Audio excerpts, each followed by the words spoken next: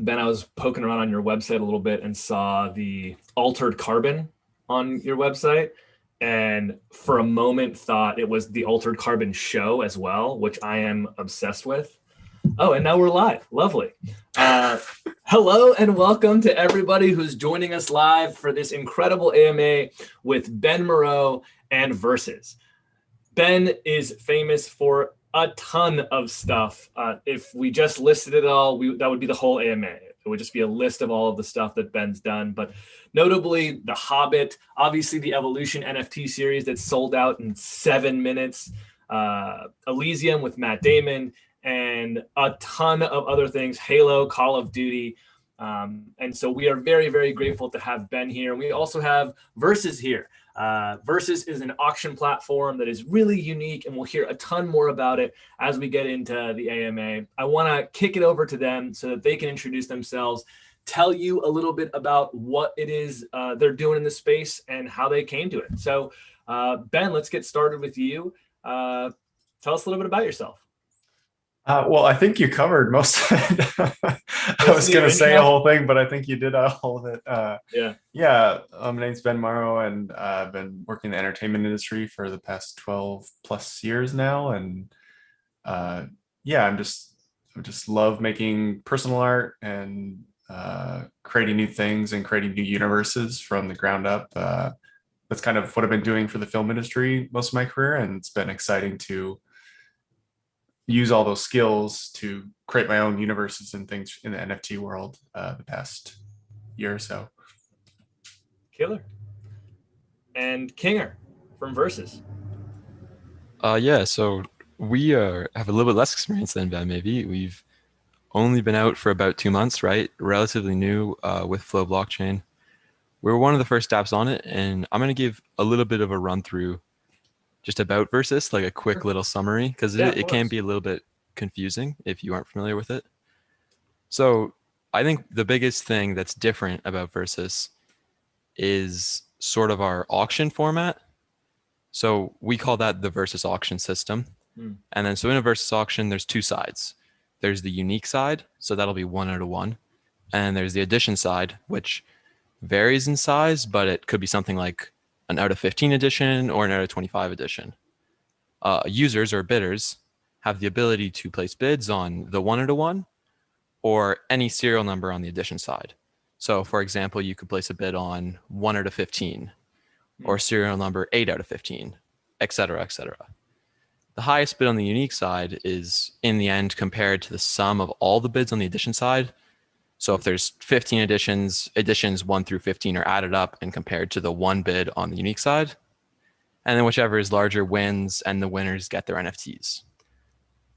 I think that's just a quick summary of our auction system. Yeah, that breaks it down just about as easy as can be. Let's go ahead and get into some questions, shall we? I'm going to share a little screen here. Obviously, we have our AMA, just some incredible artwork that's being designed. If you could, Ben, give us a high-level overview of the Ben Mauro Metaverse as a whole.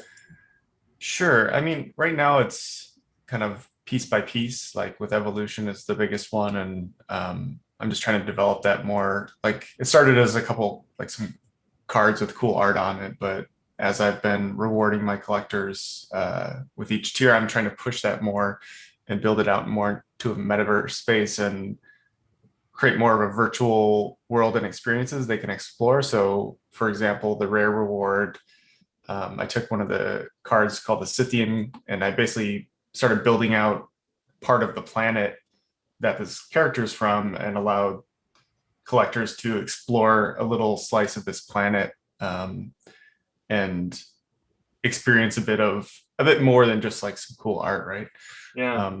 And long term, it would be amazing to have this as a shared connected space that everyone can hang out in or go on adventures in and things like this. And as I create and build more things and build more projects, it would be great to connect all these spaces into, maybe there's a central hub where you can go to like all the planets in the Evolution metaverse, go to a different world or whatever I end up creating over the years would be really cool.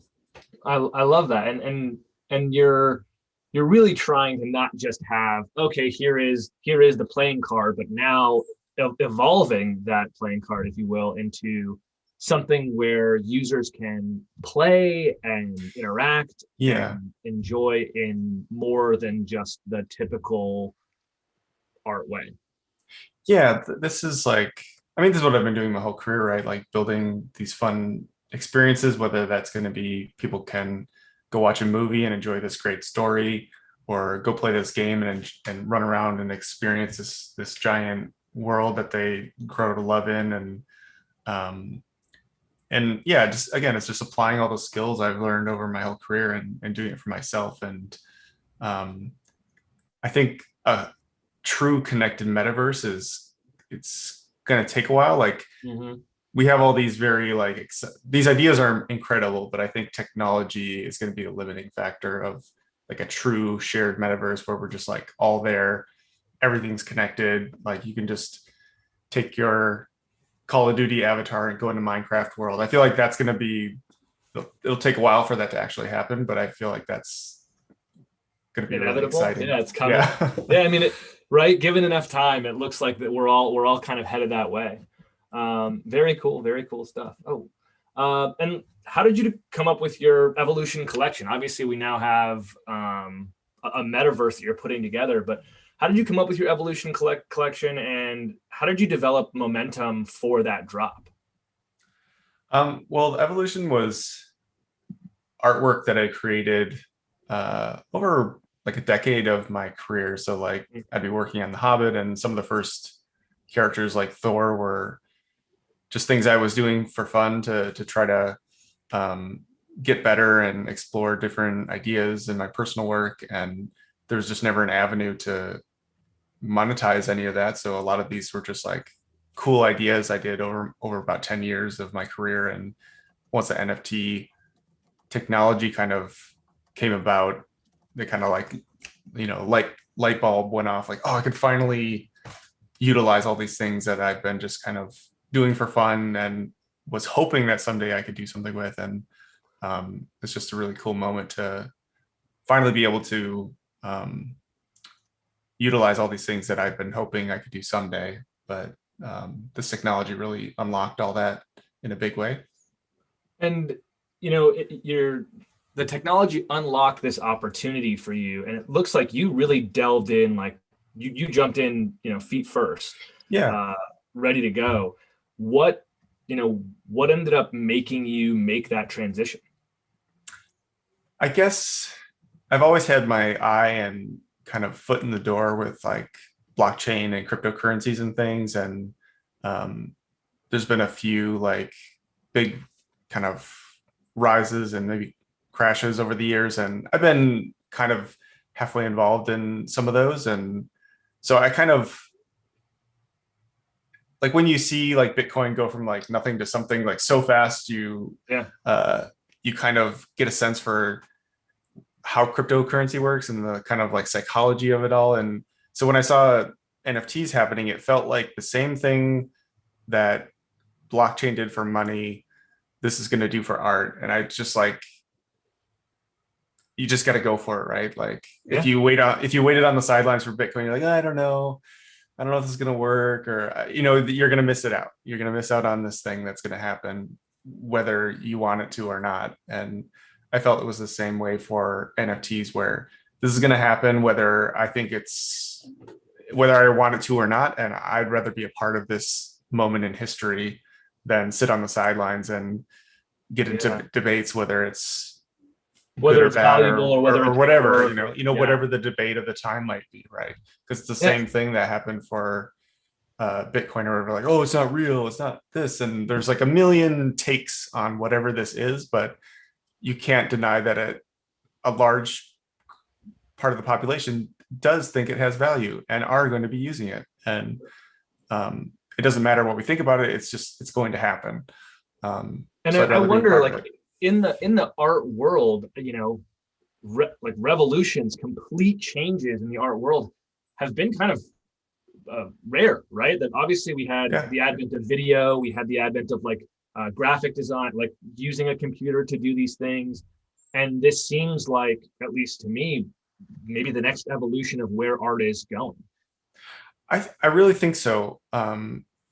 Just because there's never a way to do this with our digital creations, right? Like, and that's where most of our careers were.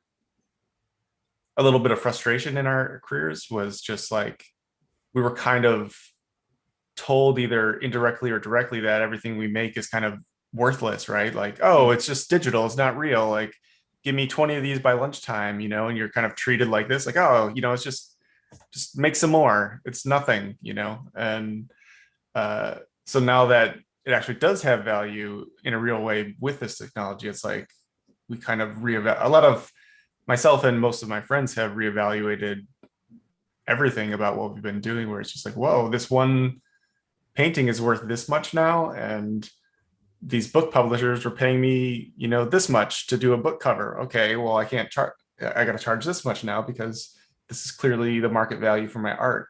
And so it gives us a better sense of our self-worth, whereas before that was a little ambiguous, or just maybe manipulated by companies to say to make us feel that we aren't very valuable, when now we have the data to show that we are.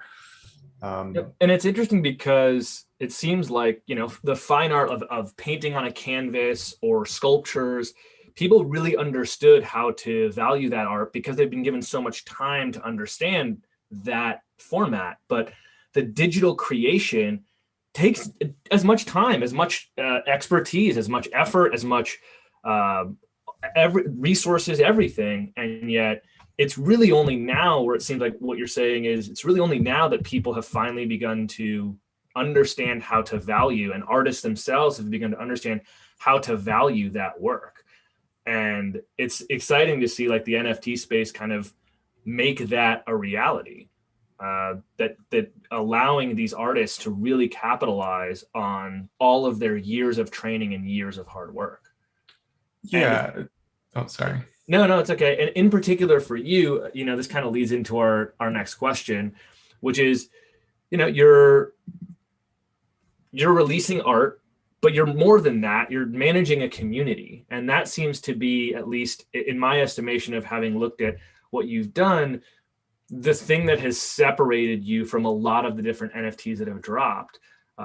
What lessons have you learned? Why did you decide to end up becoming not just an artist, but also a community manager? I think it just felt like it was needed, right? Like when the NFT stuff happened, you just see what's happening and you have to be a part of it. And then you just see that, okay, this is growing bigger, or maybe I'm just a little section of someone else's Discord, like on Vibe or something. And I could answer some questions, but it just felt like this needs a dedicated place where people can talk about maybe 30 things related to this, as opposed to just like everyone directing a million questions into one thing. So you just see that there's a need for it, and you kind of have to make it happen. And it's definitely, as someone who spends all their time in a quiet room, like coming up with ideas, it's definitely a lot, and is very overwhelming to put that together. And luckily I've had help with my moderator, Ivan. But I definitely think I could probably be doing better than a lot of other people, because it's just not it's not my natural tendency to be doing this stuff, but I'm trying. But I guess my motto is always more like, I'd rather create amazing stuff for people to enjoy. So if I'm quiet on the Discord, that means I'm working really hard. If I'm extra quiet, that means I'm working really hard for you guys. But it's been fun. It's been a fun challenge to learn all this stuff and learn how to get better and get better at all that stuff. Yeah. And you've gone through lots of iterations throughout your career. You've done a lot of things when it comes to, creating a different type of art. And you're now on this latest iteration of making it all happen on the blockchain and interacting with that space. Like a follow-up question is, in developing art for the regular world versus the crypto world, have you seen any major differences between what those two worlds want? Sure. I mean, that's been actually really interesting, because there's definitely like trends in crypto, right? Like if you want to, but I mean, artists have had to do that for the entertainment industry. For sure. Like, oh, the fans really like this type of thing, or I'll do fan art of this video game character and it'll get more attention or whatever. And they change their art or structure to whatever the industry is. And I definitely feel like some people are doing that for the NFT space, where it's like, wow, people really like these 5 subjects, or I'll put Ethereum themed things or Bitcoin themed things, and making it much more about these different subject matters. And yeah, I feel like everyone's just trying to find their way and see what works and what doesn't work. And I've tried to stay true to myself this whole time, though, which I wasn't sure was going to work, right? Like, okay, I'm going to release all these unique original characters that have nothing to do with blockchain or anything like that. And I'm like, I don't know, is there a market for this? And luckily there was. So that kind of makes me just want to be myself and continue making my own projects that are unique and original, and just maybe not trying to like change everything about myself to any particular market. But yeah, then there's always almost like, look, if you're gonna like it, you're gonna like it because I loved it. And yeah. And if it's the thing that I really wanted to create and put out there, at least it's the thing I wanted to create and put out there, as opposed to trying to placate to an audience or anything like that. I love that. Sure. And I don't think there's anything wrong with that, but I just need to be true to myself and the things I love to create. And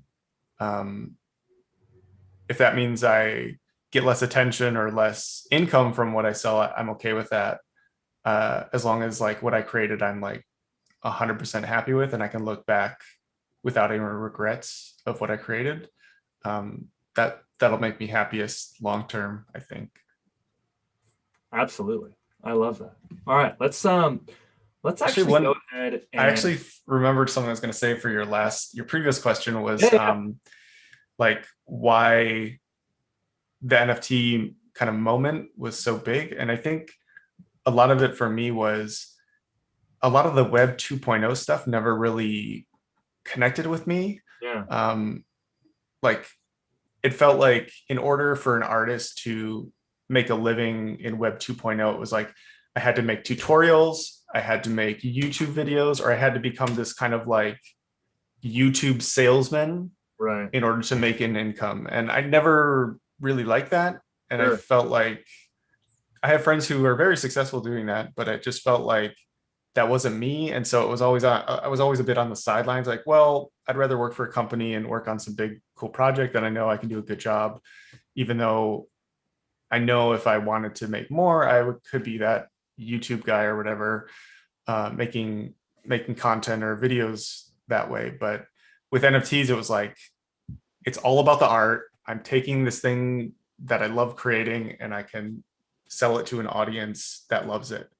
And I don't have to be like making like I don't have to become like a media show thing. I don't know. It's like you're becoming like a TV show or something. And I don't want to do that. And so like the access is required, right? That's part of the job, is access to you at all times. And that doesn't seem like you're like, that's not really me. A lot of artists too. I think that's not them. So like becoming like a Twitch streamer or a Twitch star, like I think most artists, that's not our personality type. So for me, it just, the Web 2.0 like paths just didn't really fit who I was. And then NFTs with all the Web 3.0 stuff is just like, okay, this is me. This is like our moment, or at least the artist that I am and the type of personality I am. And I think a lot of other artists have a similar personality type. It's like, okay, this makes sense to us, and this is more direct to who we are. And I feel like that's why it's resonating so much with a lot of artists, was just because of a lot of this thing. It's just like, okay, this makes sense. This is us. This is for us. And I think that actually resonates with the fans as well. I think that your instinct is right, is that one of the beauties of the NFT industry and the way that it's changing things is it's the access to the artists themselves is just more immediate, and it's feels more interactive with the artist. And then you get to interact with the art. I can't take my Picasso and go stand in it and like visually be inside of it and play in it and go find stuff in it and then interact with other people who also have Picassos. That's just not an experience you get to have with the traditional art. And so you get to almost, especially for you, you've created a metaverse, you get to play inside of the mind of Ben Mauro, which is kind of a really unique and interesting experience that we've never really had when it comes to art, when we've never really had when it comes to especially fine art, and being able to go up and feel like you can touch it and experience it in that way is really unique and interesting. And the Web 2.0 certainly has aspects of that, but this is a whole different level. And I think we've been burying the lead here for a while, so let's actually take a look at some of the pieces, and then we'll talk about the inspiration. And let's take a look here real quick. Got a little video queued up here of the actual things we're looking at, and we get a close-up of the guns, the gears, and the smoke bombs off the back, and just the overall universe you've created in one image here. And I love the little 3D graphic showing kind of behind the scenes that what it looks like to create one of these things is incredible. Just really incredible detail, incredible artwork. And yeah, why don't you tell us a little bit about, what you were thinking here when it came to creating the gorilla. I think we have the crab. Mm-hmm. And the tiger tank. Yeah. The tiger tank. Yeah. Like, what goes through your mind when you're creating stuff like this? I think it's just taking what I know and love about real world military machines and designs, and then extrapolating my love of nature and just kind of combining these two things and seeing what kind of comes out. Sometimes it's more literal, like with the gorilla tank is very much the silhouette proportions of a gorilla abstracted into like mechanical forms, and then other ones are a little more inspired by, more leaning towards real world, like it's very much more tank feeling, and you can kind of get the crab vibe, but it doesn't have literal like pinchers and things or like arms like that, but they're abstracted more of like, okay, the side missiles or these other weapons maybe indicate that what might have been a claw or something. But it's just weaponized into the future, I guess.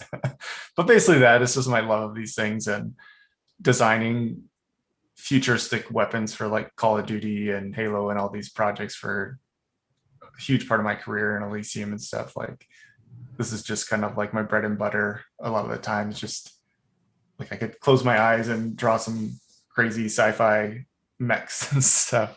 So a lot of it was just I've been doing a lot of this my whole career, and I just love creating stuff like this. And yeah, it's always a fun subject to explore and world to play around in.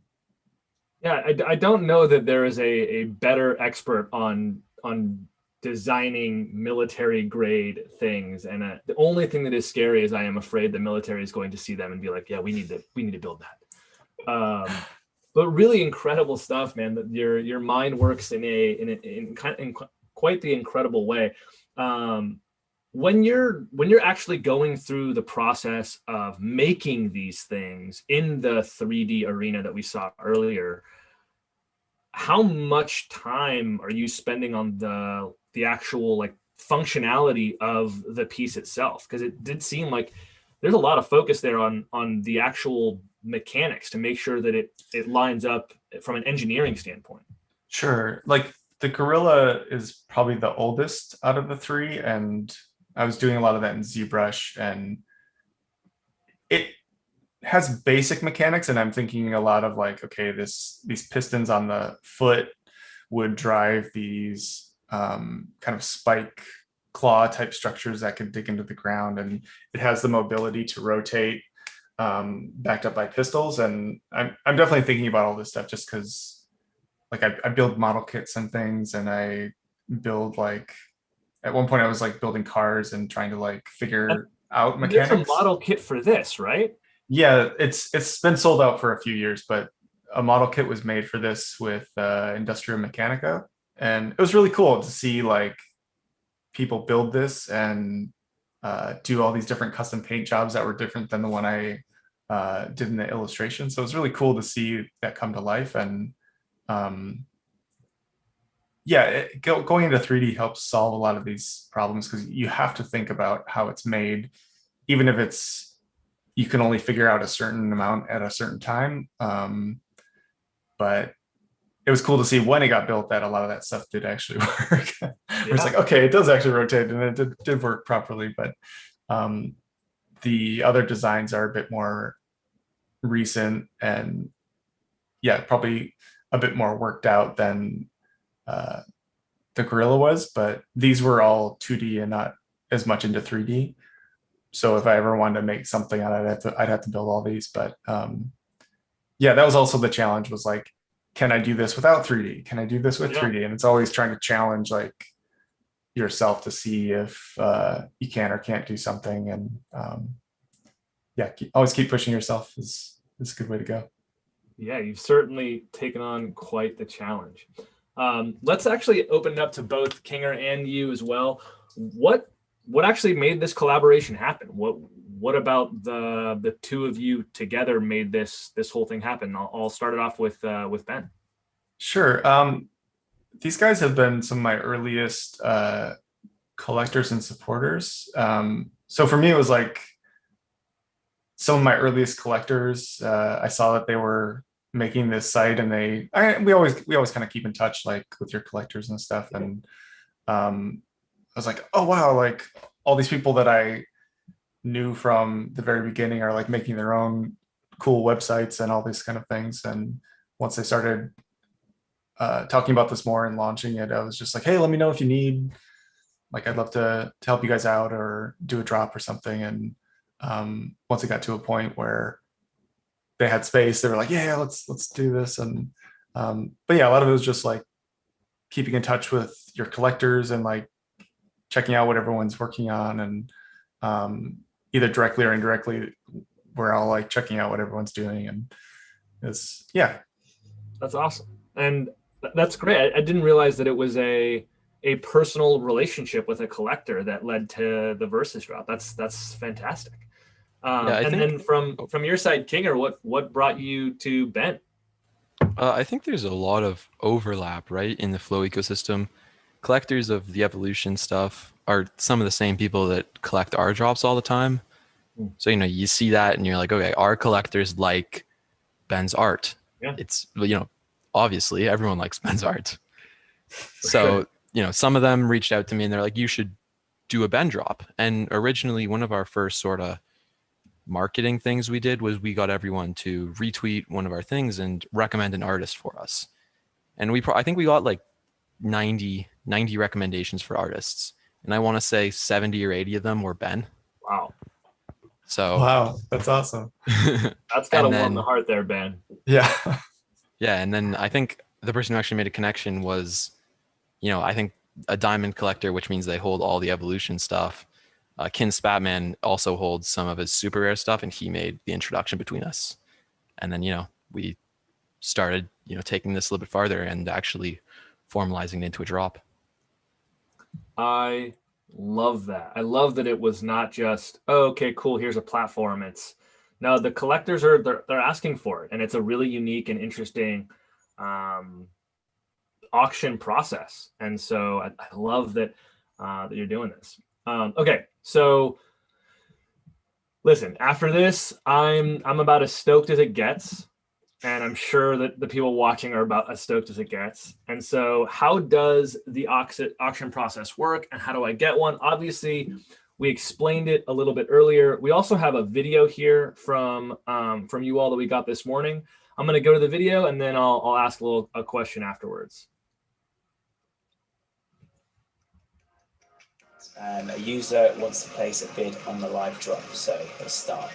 So we're Kinger still, we're logged in, and we'd like to bid on the Destroying David piece, which we dropped a few weeks ago. So we're into the drop page now.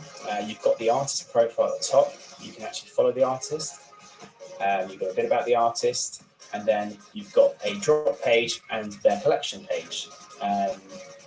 Once the artist has dropped an item, we will have a creation tab as well. So currently this artist is dropping their first piece on Versus. You've got the details of the artwork here, you've got some description, and you've got the timer, auction ending in. Below you'll see that the edition is winning. So you've got that gradient mesh animation being used again to highlight the fact this is winning in a very clear and simple way. You'll see it's got the current total and it's got a USD amount below that as well to help the user know how much that equals to. It's current total, but if we actually would like to select an edition, so I'm selecting edition by clicking here, and the drop down would appear and I would select edition 1. It now shows edition 1 and how much that is currently going for. So I'm going to, at this stage, at the bottom here, you've got the properties of the artwork, and you've got a call to action to follow the artist on their social media accounts again. But let's make a bid on edition 1 on the editions side of things. So clicking this, you can see you're going to bid on edition 1. You've got your artwork there just to show the artwork. Current bid is 50 and our balance is 340 flow. So we must place a bid higher than 50. So we can do 51 or we can do anything above that. Clicking that, I put in 55 and I'm going to confirm that bid.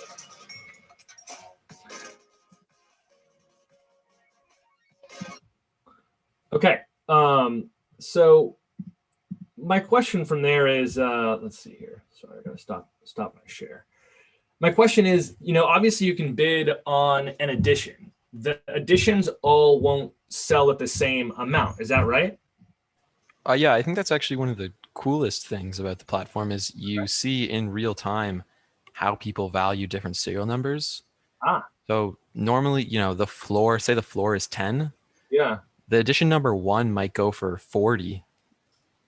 And there's it's weird how people value different serials. So they normally value the first serial, they normally value the last serial, and everyone has, a number that means something to them. So some people like 10, some people like number 8.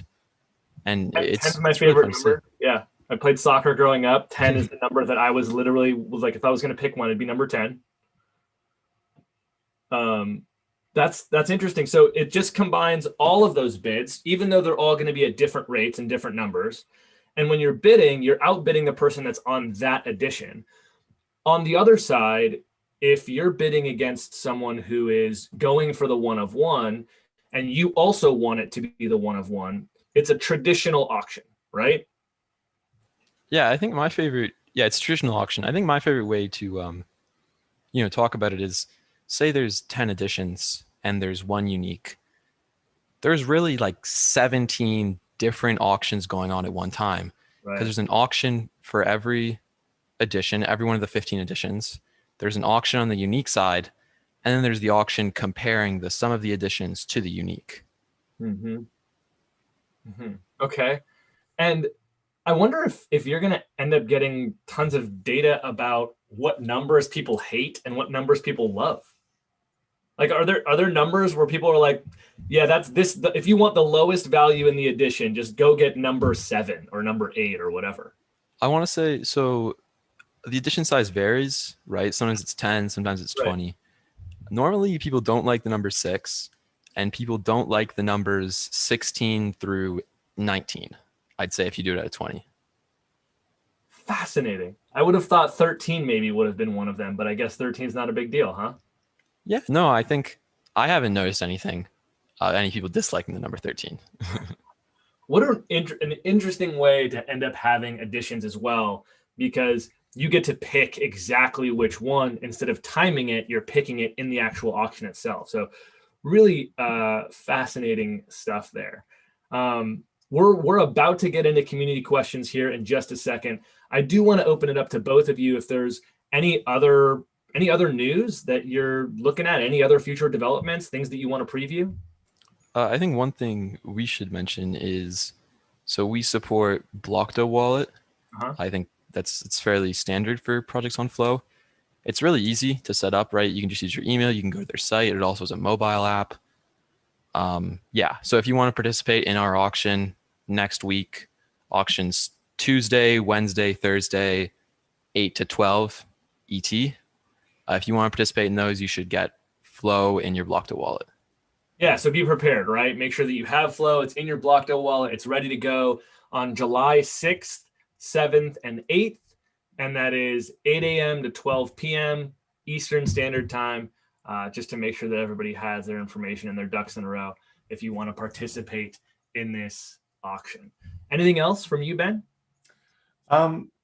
Nothing I can say yet, but there's a lot of cool evolution stuff coming up. A couple surprises and things by the end of the year that I think collectors will really like a lot. But I can't say anything just yet.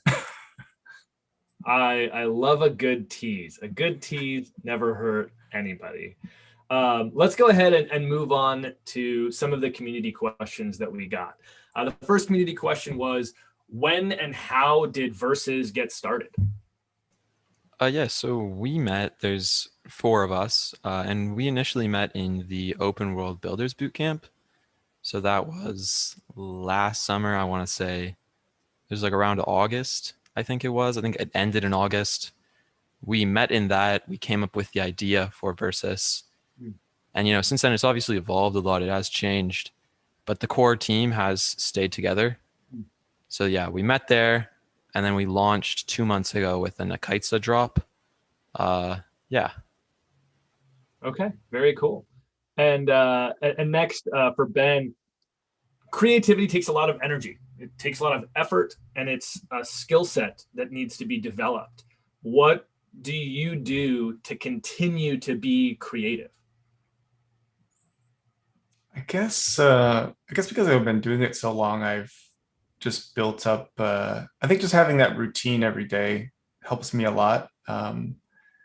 Like just having some kind of structure has helped me stay consistently creative over a long period of time. Because there's times where, say, I've been making a graphic novel over the years, and there was times where it's like, man, it would be so much easier if I just like took time off work and I did only my graphic novel. And I found like when I dedicate 100% to something and I don't have the structure, it kind of, the productivity falls off a cliff quite a bit. And I'm sitting there like second guessing myself and redoing the same page a bunch of times, and it's like, this is not working. And I find I need that kind of yin yang balance of like order and chaos to help me be as productive as I can. So I need that structure, but I also need that chaos, and the balance of those two helps a lot for me to stay consistently productive. And you're working on lots of different projects at the same time, and it seems like instead of like, okay, cool, I'm going to do this and I'm going to do this project and I'm going to stay on this project, do you mix your time up pretty often? Yeah, that's another thing, is like, I think it's good to have a lot of interests and work on a lot of things, but I'd say like two to three at the most. Like, say I'm working on a client job and then I have my own thing. I'd only have one of my own thing. Like, say working on a big movie or something, and then I'd come home and work on pages for my book. And those would be my 2 big things. Like juggling too many things that you can't, it'll take like 30 years to finish anything, right? Okay. But if you only focus your time on those 2 things, I think it's a lot more manageable. And maybe have one other thing in the mix, like, oh, this NFT moment I have, okay, I got to do this. But it's like trying to keep those 2 things and maybe room for one thing that comes in the mix. And do you think that helps your creativity? It helps keep you fresh? I think so, yeah. Like before, I was resistant to doing multiple things at the same time, but say like going back in the studio and working with the team again, I feel like significantly helped my mental state and structuring how I work. Like, oh, I learned all this cool new 3D stuff. Maybe I could use this new thing I learned into this scene I was struggling with in my book. Or, oh, this cool thing I figured out in my book, I can use that tomorrow at the office. And it all kind of starts flowing in. It's like a it's like a positive feedback loop of learning, Right. which is, I just didn't like, I tried to control things too much, and that led to just roadblocks. But once I opened it up to like, I just want to learn as much as possible, and all these kind of interesting connections start happening and making everything better. And that was pretty interesting. Just being open to things, as opposed to trying to control everything, I think was a good learning experience the last few years, making a lot of work life adjustments. Yeah, I love that. And then in some ways, traditional art and NFTs are similar. What made you make the transition to doing NFTs? Like, was there a singular impetus or a singular moment where you realized I got to do this?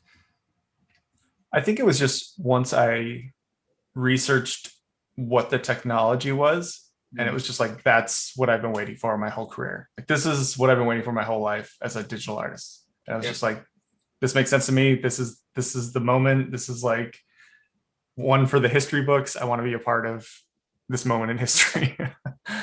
So for me, I just seeing it for what it was, as someone there's been like a lot of walls in place for all of us. And to me, this breaks the wall in half, just from living it every day for the past, 12 plus years.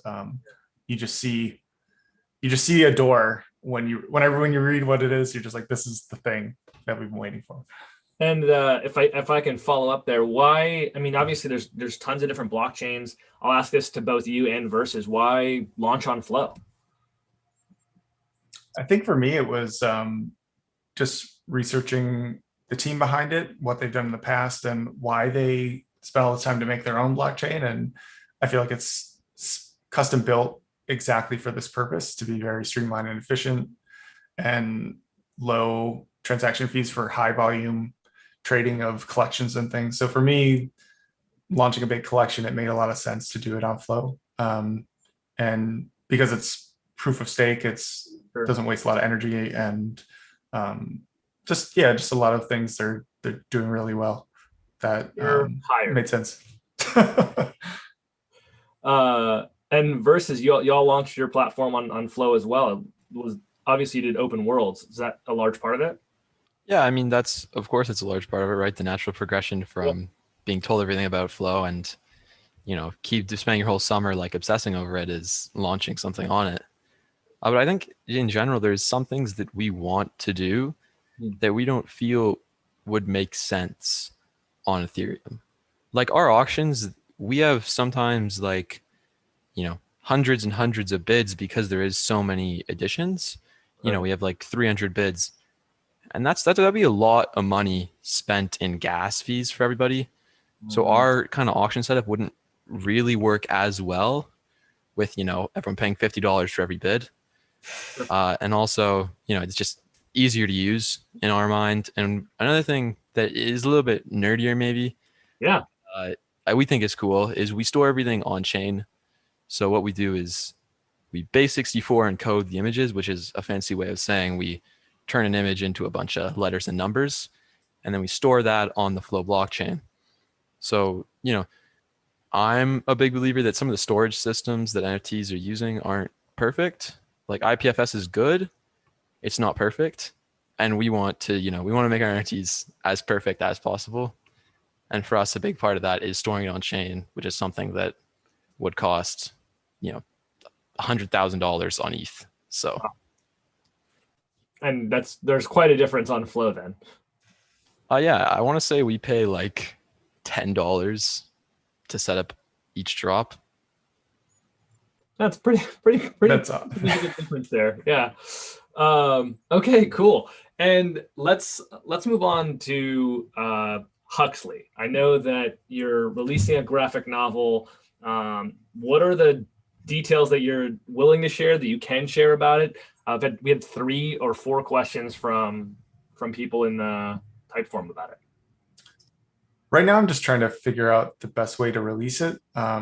The book's been done since end of last year, and then I got swept up in releasing Evolution, and now I'm kind of getting back to that and figuring out how much of it should be physical, how much of it should be digital, and that'll be something I'm very taking up all my time figuring out right now. That's all I'm going to say. But that should be out before end of the year, I think, and I think everyone will. I think everyone will like it a lot. I cannot wait to see it.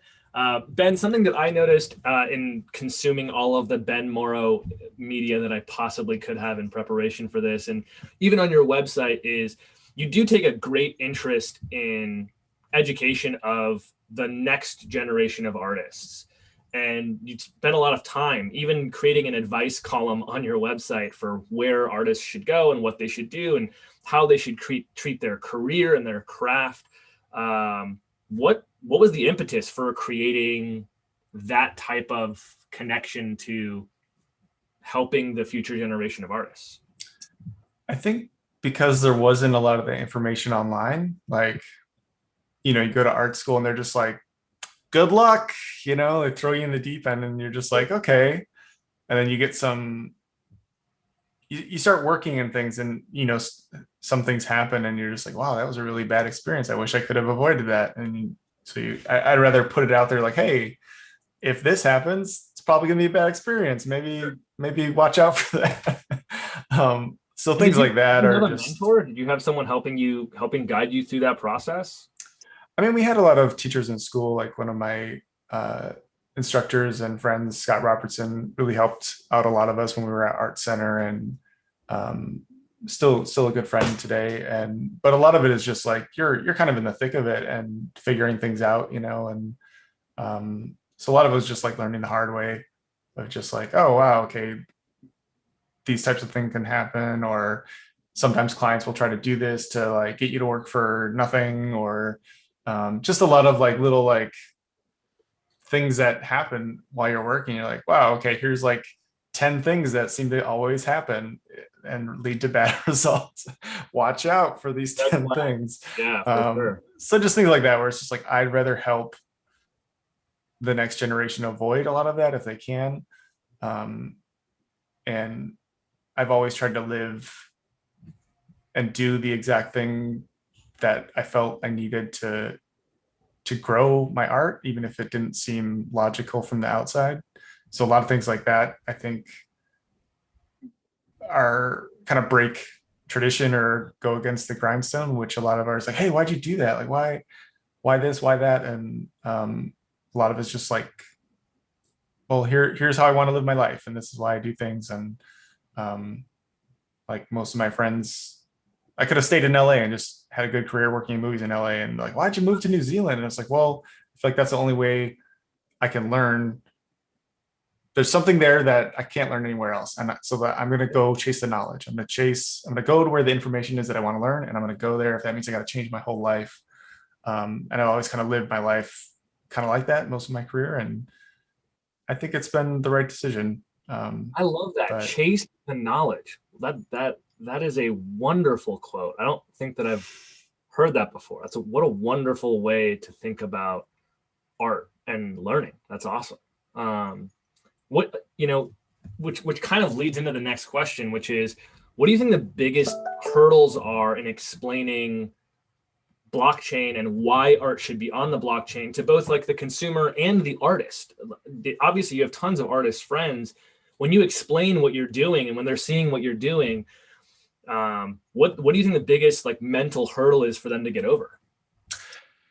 I think the biggest thing is people just maybe don't really understand it, or a lot of the arguments against it. When it's easy to make a clickbait article or something, but when you read what the author is saying, I'm like, they really don't understand anything about it, and maybe it's like, it's basically just providing ownership of digital assets, right? That's probably the simplest way of putting it, where it's like, and all of us have been playing games our entire life, and we buy skins in those games all the time, and we have no problem with that. And that's basically an NFT, but it's just locked within a walled ecosystem of that game. So this is just allowing you to own that thing. Say you buy 100 Call of Duty skins, now you own that forever. That's what NFTs are, right? You own that thing, that digital asset forever. It's yours. And that's the big idea. And I just feel like that's going to be the next big thing where it's like, so yeah, there's like gaming websites and things that are mad about NFTs. And I'm like, man, you've been buying NFTs your whole career. Like, you've been writing about NFTs your whole career and you just don't know about it. It's just like, okay, all those things that you've been buying, you own it now forever. Like, that's a huge, amazing idea. And I don't see why anyone would be against owning the things that they've been buying their whole career, or their whole lives. And from the art side, it's just doing that for art. But I feel like the bigger picture is just owning all these assets that we've been buying already, but just we actually own it now. I wonder if it won't be long before the art schools that you went to end up having NFT classes, and I'm sure, yeah, like that's got to be in the works. And well, they'll have to have you come in and do a master's class, NFT classes. That's essentially it for us here today. I do want to give you all one more shot to just some closing thoughts. Anything else you want people to know? And we'll start it with Versus with King. Yeah, I guess, we didn't go into too much information on actually like the specifics of our drop, but yeah, Tuesday we're dropping the Gorilla, and that's going to be an edition size of out of 25. Wednesday we're going to do the Crab, and that's going to be out of 20. And Thursday we're going to do the Tiger Tank, and that is going to be out of 15. Just once again, flow in your Blockdo wallet, be there. Starts at 8 a.m. ET, ends at noon. So yeah, here's the Gorilla. One more time, we're doing the Gorilla. This is July 6th. It starts at 8 a.m., goes to 12 p.m. And then we have the Crab. Yep. C2 Crab Tank. C2 Crab Tank, and that's on the 7th, starting at 8 a.m. And then we have the Tiger, which is the 8th. And in order to participate, just need to have a Blockdo wallet, need to have Flow in your Blockdo wallet, and you need to be on your computer and ready to go at the time of the drop. Last thoughts from you, Ben? Not too much. Just thanks for having me. You can follow me on Ben Mauro Art on Twitter for NFT and Metaverse news, and feel free to join the Evolution Discord for upcoming stuff for that project as well. And yeah, just thanks for having me, and take care, everyone. Killer. And just so everybody knows, all of the links for places to follow Ben, to follow Versus, all of that stuff is down in the description. So you can go ahead and click the description, click the link, follow them in all of the different places they're at. Also, all of the links for Flow Blockchain, our Twitter, our Discord, all of that stuff. If you want to get involved in the conversation, you want to learn more about why Flow is the place where Ben and the Versus have decided to launch their projects, click the links below and we'll tell you all about it. Thank you so much for joining us. Ben, thank you so much for coming and spending an hour of your time with us. Versus Kinger, thank you so much for launching an awesome project on the Flow blockchain and being part of our epic ecosystem. It's been a pleasure to talk to you both. We will see you all next time. Thank you for joining us.